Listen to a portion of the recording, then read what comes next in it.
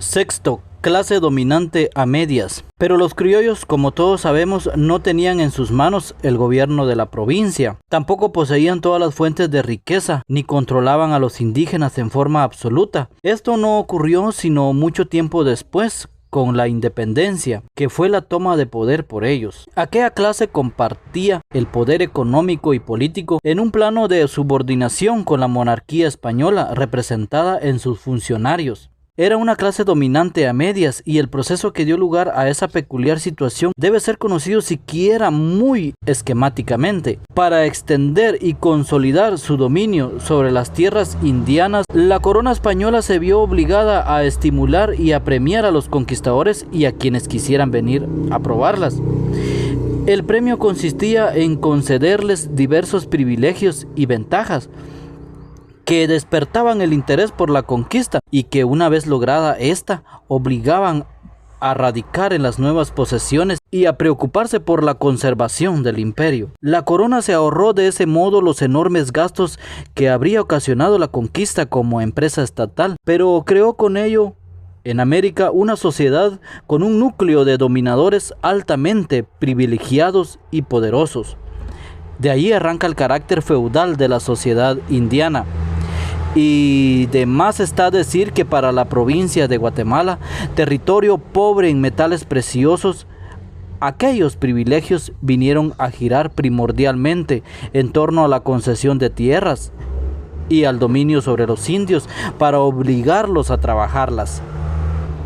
El sistema de colonizar concediendo privilegios, si bien fue un expediente hábil que impulsó la conquista sin ocasionarle gastos a la monarquía, creó inmediatamente, empero, una contradicción fundamental entre los intereses de los colonizadores y los de la corona. Porque los conquistadores y primeros pobladores, aún aceptando la autoridad del Estado que les otorgaba tales privilegios, hubieran querido explotar estos dominios sin la intervención de nadie.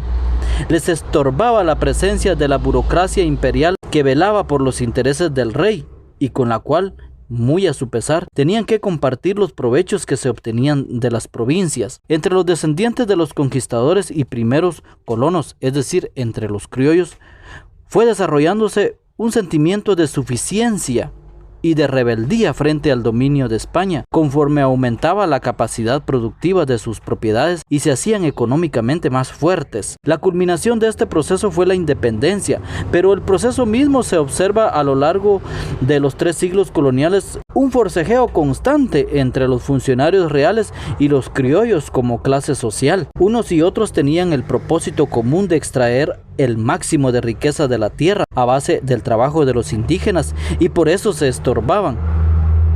Los interminables conflictos entre audiencias y ayuntamientos, instituciones representativas respectivamente de los intereses de la corona y de los criollos, fueron una manifestación evidente de aquella pugna. Quiere decir pues que la ideología de la clase de los criollos, el criollismo, no entrañaba únicamente fórmulas justificadoras de una situación de privilegio, prejuicios de superioridad, sino también, y esto reviste la mayor importancia para nuestro estudio, fórmulas veladas de ataque y defensa frente a lo español. Hay que situar a los criollos en la trama de la sociedad colonial, con los funcionarios imperiales regateándoles el dominio y con la masa de mestizos, mulatos e indios, estos últimos en gran mayoría en posición de inferioridad económica y por ende también social y política. Importante tener muy presente esa ubicación porque la ideología de los criollos, lejos de ser simple y coherente, estaba llena de contradicciones y de ambigüedades que no se explican sino refiriéndolas a una pugna de clases multilateral frente a indios, mestizos y mulatos.